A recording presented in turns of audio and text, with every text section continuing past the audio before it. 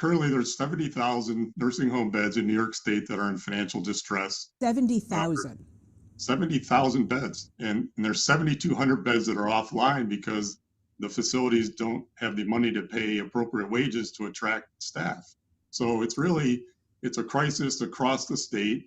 It's not just our facility, it's a number of other facilities that are struggling. And without adequate reimbursement, the situation is just going to continue to get worse. I mean, it's really, I think it's worse than I've ever seen it. I talked to a lot of my cohorts across the state, and they really are at the end of the rope. I mean, they really have no further to go. The financial challenges are just too great to overcome.